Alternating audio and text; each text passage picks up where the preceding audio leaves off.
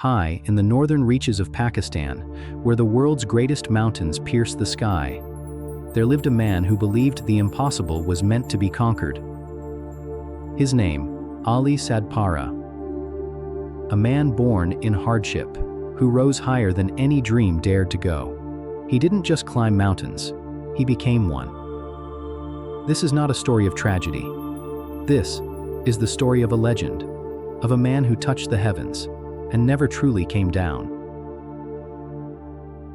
In the remote valleys of Skardu, surrounded by towering giants like K2 and Nanga Parbat, Ali Sadpara was born, not into fame, but into struggle. A boy from a small village where winters bit deep and opportunities were few. His family lived off the land, sometimes with little to eat, but the mountains were always there, silent, eternal, calling. As a teenager, Ali took work as a high-altitude porter, carrying 30 to 40 kilograms of supplies for foreign climbers, often in conditions that could kill a man within minutes. No oxygen, no high-tech gear, just grit, faith, and a smile. Each step up those icy slopes taught him something more powerful than any lesson in school, that endurance could outlast fate. By the early 2000s, Ali was no longer just a porter. He was learning, observing every rope, every knot, every decision climbers made. And soon, he started climbing alongside them. His strength was unmatched, his calm in the storm, legendary. Climbers from around the world began to whisper his name, the local porter from Skardu, who could outclimb them all.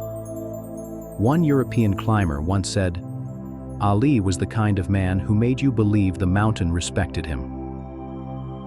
In 2006, Ali summited Gasherbrum II. Then came Nanga Parbat, the killer mountain, a place where avalanches roar like thunder and only the bravest return alive. He didn't just survive there, he thrived. Winter climbing is a different world, where the temperature drops below -40 degrees Celsius, where the wind can rip the soul from a man's chest. For decades, no Pakistani had ever summited a peak like Nanga Parbat in winter. Until Ali Sadpara. In February 2016, alongside Simone Moro and Alex Chicon, Ali made history, the first ever winter ascent of Nanga Parbat.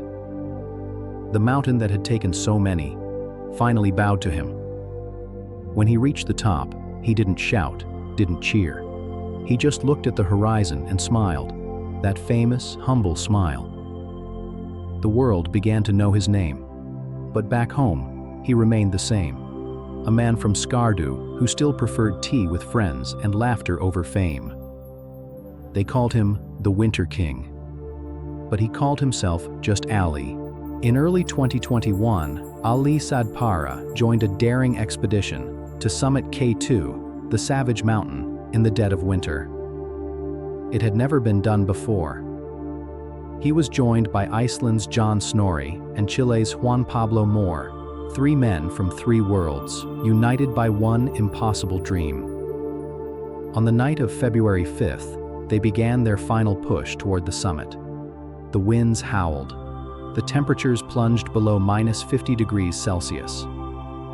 At 10 p.m., Sajid Sadpara, Ali's son, turned back near the bottleneck, his oxygen regulator frozen. He watched his father and the others disappear into the storm. They were never seen alive again. Days passed.